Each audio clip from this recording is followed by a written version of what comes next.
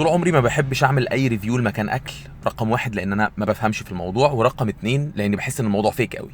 بس وانا في ديلي نيدز بصراحه كان اللي نزل لي اجبرني ان انا اصوره.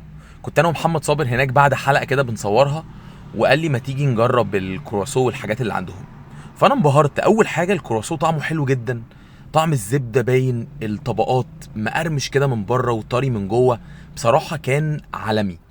صبري يمكن كمان ليه في المخبوزات اكتر مني، فالراجل يعني كلامه بالنسبه لي مصدق. بعدها قال لي تعالى نجرب البيتزا.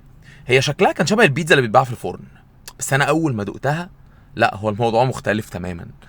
الريحان مع الجبنه مع بص هو صابر لفها كده زي البيتزا اللي بتتباع في الفرن، وقام ضاربها مره واحده، بس يعني طعمها كان من الاخر. قلنا نحلي بقى، فجبنا اول واحدة كرواسون دي كانت بزبدة اللوز وجواها لوز، وصابر بقى قاعد بيقطع وريحتها عمالة تطلع، وهي كانت سخنة كمان. وقع منها شوية لوز كده، وانا ايه خدت قرار ان انا هاكلهم. يسيبهم لي؟ لا، قام واخدهم على الشوكة وقام هوب واكلهم، وانبسط قوي وضحك وعجبته. بس هي بصراحة طعمها حكاية، حاجة رهيبة. انا انبسطت جدا بيها، دي احلى حاجه عجبتني.